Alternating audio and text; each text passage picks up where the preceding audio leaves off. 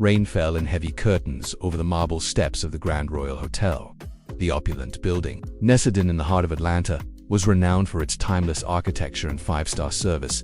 Guests from around the globe came to bask in its luxury. Inside, crystal chandeliers shimmered over polished floors, while a grand piano played softly near the bar. Yet, on this Thursday afternoon, a moment was about to unfold that would test everything the Grand Royal claimed to stand for. A black SUV pulled up beneath the glass canopy. Out stepped a woman in a sleek navy blue power suit, her natural hair styled into a regal updo, her heels clicking confidently on the pavement. She carried no entourage, no assistant, no designer bag to announce her status, but she carried herself with the posture of someone who commanded empires.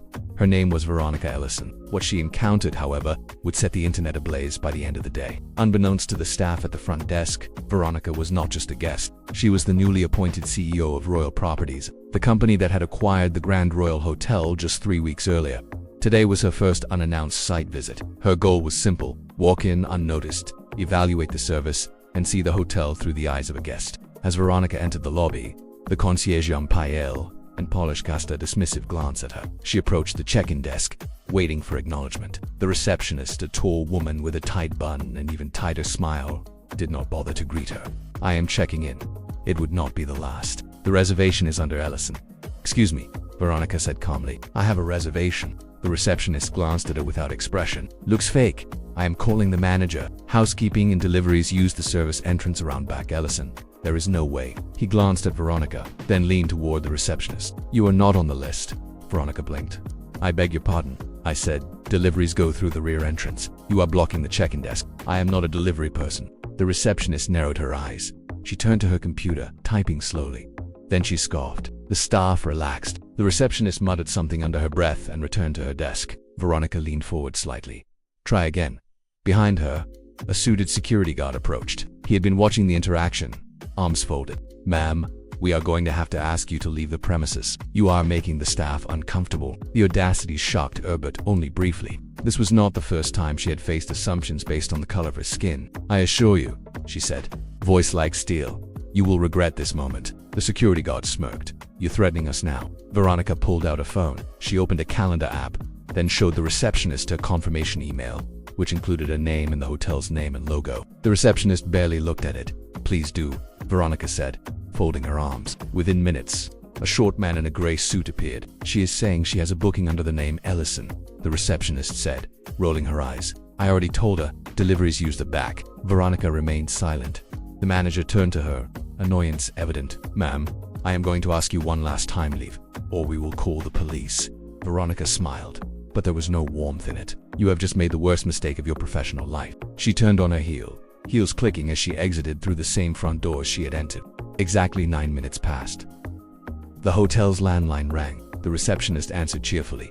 "Good afternoon, Grand Royal Hotel. How may I help you?" "This is Veronica Ellison, CEO of Royal Properties, parent company of your establishment. I want the entire front of house staff gathered in the conference room in 10 minutes. Every single one. That includes the manager and the security team." The receptionist froze.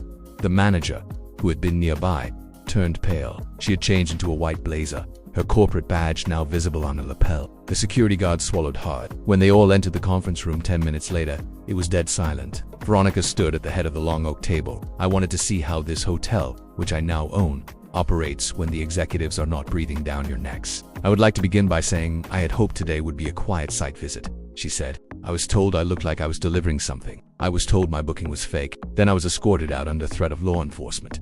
No one dared speak. I walked into my hotel. I was told I did not belong. For existing." The manager opened his mouth, but Veronica held up a hand. "Do not bother. You have had your chance. As of this moment, you are all relieved of duty. Security will escort you out. You judged me because I did not look like you expected a CEO to look. You made me invisible in a building I own. I do not need to hear excuses. A place that is supposed to embody class, elegance, and hospitality. If that standard cannot be extended to every guest regardless of appearance, then we are failing our mission." Made assumptions, displayed no professionalism. She pointed to the receptionist. Within hours, the video went viral. Headlines read, "You dismissed me without even greeting me." She turned to the manager. "You failed to intervene. You took your staff's word over the evidence in front of you." Thousands of people applauded her grace, her restraint, and her justice. The video racked up millions of views within 2 days. She turned to the guard. "You threatened me with removal." She took a breath.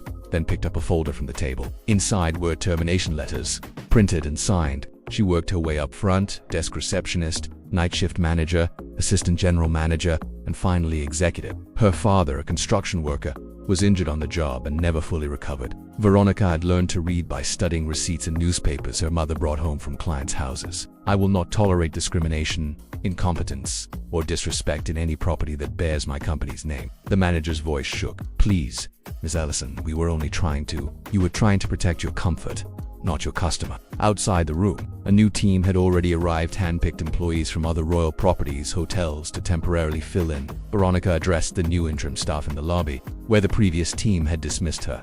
"This is not just a hotel. This is a statement." What happened next? News of the incident spread like wildfire. Someone in the old staff had recorded Veronica's speech and leaked it online. CEO disguises herself as guest, exposes racist staff in bold move. Black woman kicked out of her own hotel. Fires everyone in epic scene. Social media exploded with praise. Veronica, who had never cared for the spotlight, suddenly became a symbol of silent power, of earned leadership, of consequences. Behind the scenes, Veronica's story, of course, began long before this viral moment. She had grown up on the south side of Chicago. Her mother cleaned houses. She attended public school, walked miles to avoid gang-heavy streets, and worked part-time in high school to help with bills. After earning a scholarship to Howard University, she studied hospitality management and business. She climbed ladders others said were not built for her. She bought her first boutique hotel at age 29. By 35, she ran a chain. Now, at 42, she was CEO of Royal Prejudice, a growing empire of elite hotels across the country. But with power came the burden of constantly proving she deserved to be there. New rules at the Grand Royal following the incident. Veronica implemented sweeping changes at the Grand Royal. Mandatory anti-bias and diversity training, customer empathy workshops, anonymous mystery guest evaluations, whistleblower hotlines for both guests and staff, clear diversity's hiring mandates within 6 months. The Grand Royal Hotel had been fully rebranded. The staff became one of the most diverse and well-trained in the city. Guest satisfaction scores climbed to the highest in the region. Conferences began booking the venue in record numbers, eager to support what Veronica stood for. A quiet moment 1 year later. Veronica sat in a lounge chair near the hotel's rooftop garden. She sipped tea, watching the sun dip below the skyline. A young girl, maybe 12, approached, nervously. She wore a staff badge intern program. Her mother worked in housekeeping. "Ms. Ellison," the girl asked.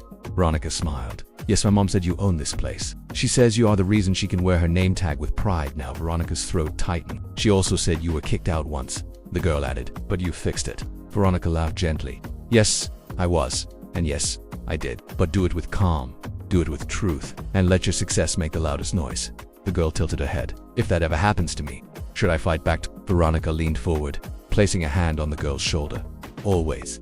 Legacy. Veronica never needed revenge. What she needed was change. And she created it. Not by shouting, not by suing, but by building rules, respect, opportunities, and justice into the very walls of the institution. People laughed once, doubted once, judged once, but now they asked her how she did it. And her answer never changed. "I earned the right to lead by serving, learning, and never letting anyone else define what I am worth."